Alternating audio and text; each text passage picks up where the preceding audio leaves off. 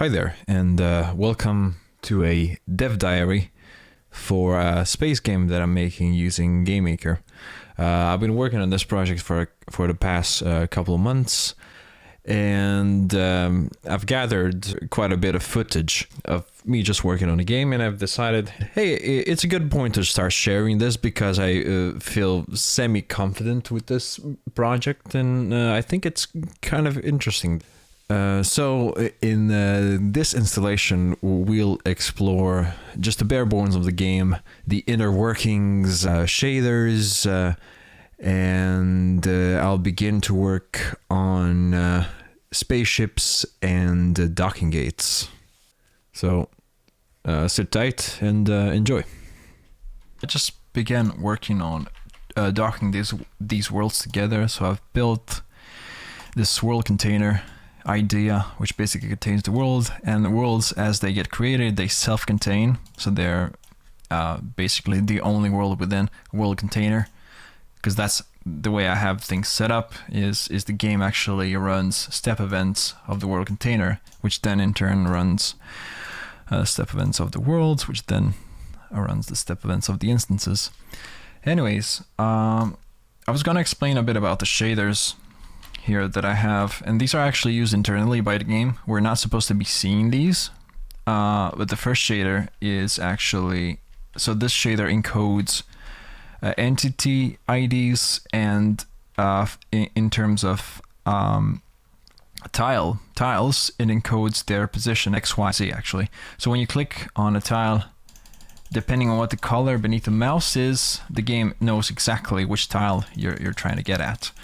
The next shader is for the inactive worlds. So only one, well, it's what it says over here. So only one world at a time can be in focus, because I can store just so many IDs in color data.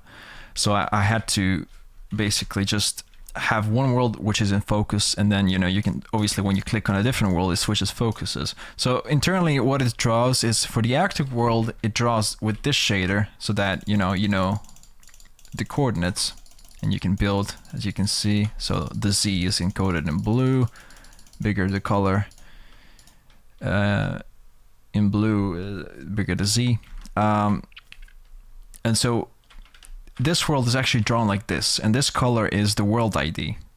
And once I click on this world, you can see it selects it. Now this world is in focus, and now you can build here. Anyways, the final shader is just these are the normals, or basically the computer sees this when you click on a tile. It from the color it gets what block you've targeted, and then what it does, it just, for that particular tile, it draws it in this shader, and then it repeats the mouse click. And what that does is that it fetches the color that's underneath the mouse with this particular shader. And what this shader does is it basically encodes normals into color data, and that way you know which side of the block you got selected with your mouse, and that's how it knows where to put the next block. See, the underside is yellow, so it knows that you're clicking on the underside. So now I have two separate worlds, 1 and 2, which are undocked. So you can see that there's 2 world containers and 2 worlds, and I can switch between them like that. If I want to dock them, I press C. Now they're docked together, and I need to put that new world container into focus. So that's what that does.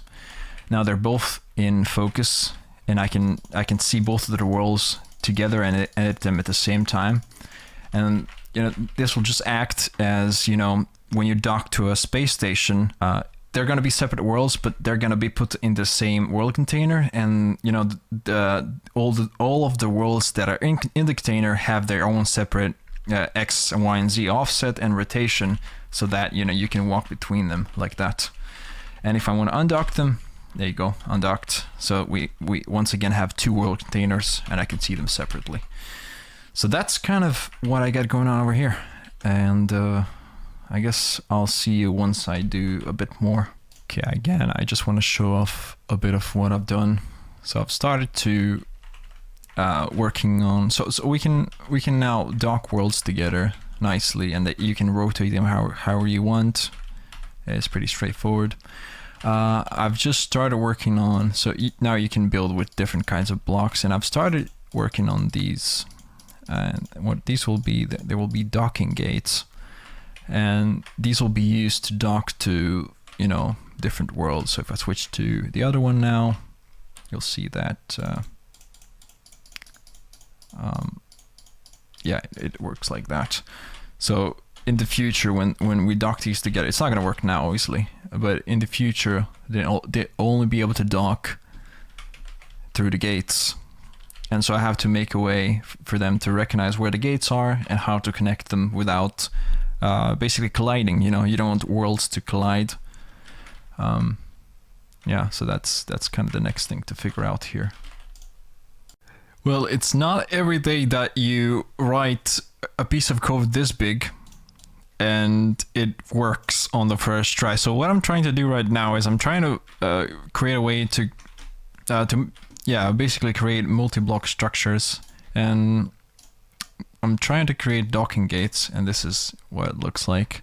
I was expecting to get like 30 crashing, you know, errors and whatnot, but it worked the first try around. I know I just have to like obviously destroy the structure once, you know, I still have to do that, but you know, it creates the dock just fine.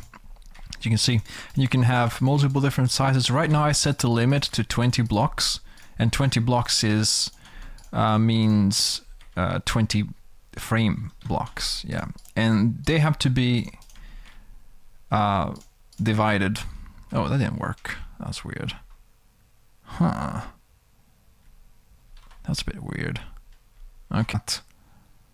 That's a weird. What? Oh no! What? What the fuck was that, bro? It didn't update properly?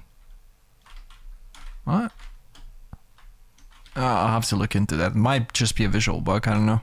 It turns out the bug we had was actually to do with chunk borders, because I ended up building the gate just where the right on the border between chunks, so it didn't update properly visually, but the gate did still get created and everything. Right now I've just added, so you can see that when you create a gate, it creates the structure. It also creates this the actual door of the gate, if you know what I mean. And then, you know, I guess I should, and once you destroy one of the blocks, it destroys the whole structure, as you can see, and then you have to re-update it. And that's docking gates. I still have to work on the actual proper docking. Right now we can just dock them, you know, arbitrarily like this. But in the future, there's going to be many different ways of docking. So for example, if for example, wait, this smaller world is our spaceship, you know, and you're trying to land on a planet, you don't necessarily have to dock with your gate, you know, to the gate of the planet. You can't do that, obviously, but I'll create a way so that you can land anywhere on something that's considered a planet. But if you want to dock to a space station with a spaceship, or a spaceship to spaceship, or a space station to space station, then we will have to use these docking gates, obviously, because that makes sense.